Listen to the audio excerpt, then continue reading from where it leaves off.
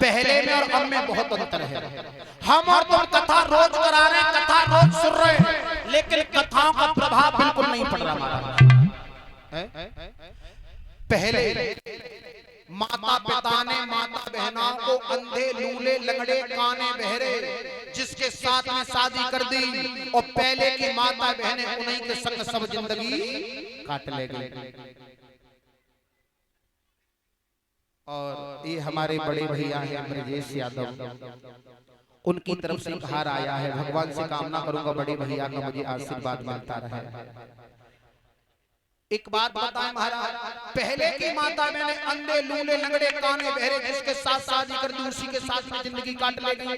लेकिन आए दिन आजकल आप लोग यूट्यूब के जरिए फेसबुक के जरिए देख रहे हो पतियों के ऊपर अत्याचार पे अत्याचार हो रहा है। और ये हमारा छोटा भाई है आशीष यादव, उनकी तरफ से उपहार आया है। भगवान से कामना करूंगा इस बच्चे को सदैव सद्बुद्धि प्रदान करते रहे, सम्मान का सम्मान मिलता रहे। आजकल आपने देखा होगा कचहरी पे महाराज 80% अगर केस हैं तो वो सब काय तलाक के। तलाक ये कौन सी भाषा का शब्द है मुनीश भैया? ये तलाक उर्दू भाषा का शब्द है, और इंग्लिश में कहते हैं डिवोर्स।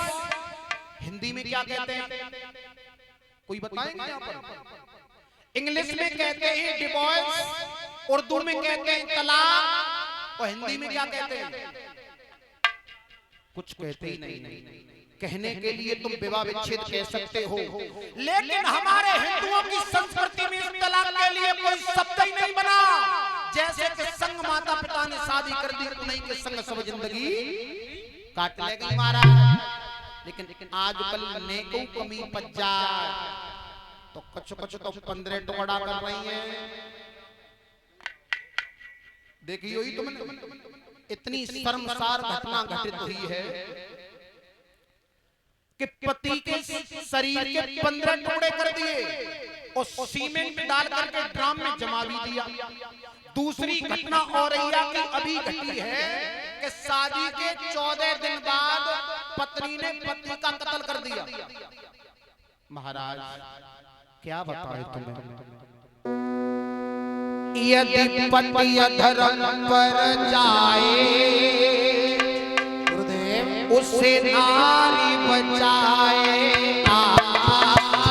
उसे नारी बचाए हो, उसे नार बचाए, उसे नार बचाए।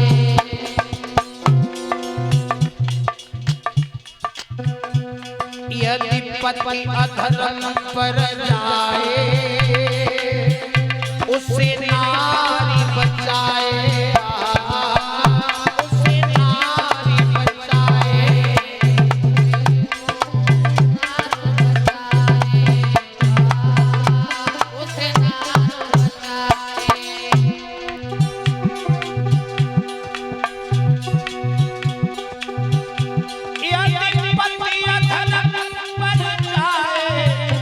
उसे नारी बचाए,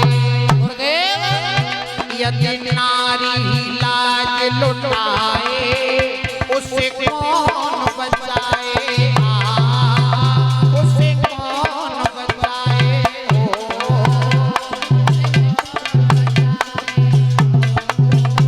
उसे कौन बचाए। यदि पति अधर्म पर जाए उसे नारी बचाए, यदि नारी लाज लुटाए उसे कौन बचाए। कोई ठोकर से गिर जाए उसे कोई न कोई उठाए, और कोई नजरों से गिर जाए उसे कौन उठाए।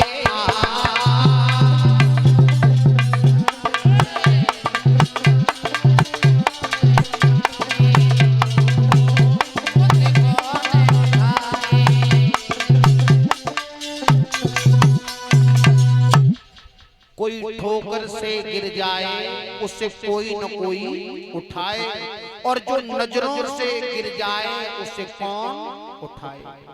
अंग्रेजी में शेक्सपियर ने कहावत कही थी, मेरे हिसाब से परीक्षित महाराज जी, अगर कोई सच्चा धन, अगर कोई सच्ची संपत्ति है, वो है मनुष्य का चरित्र।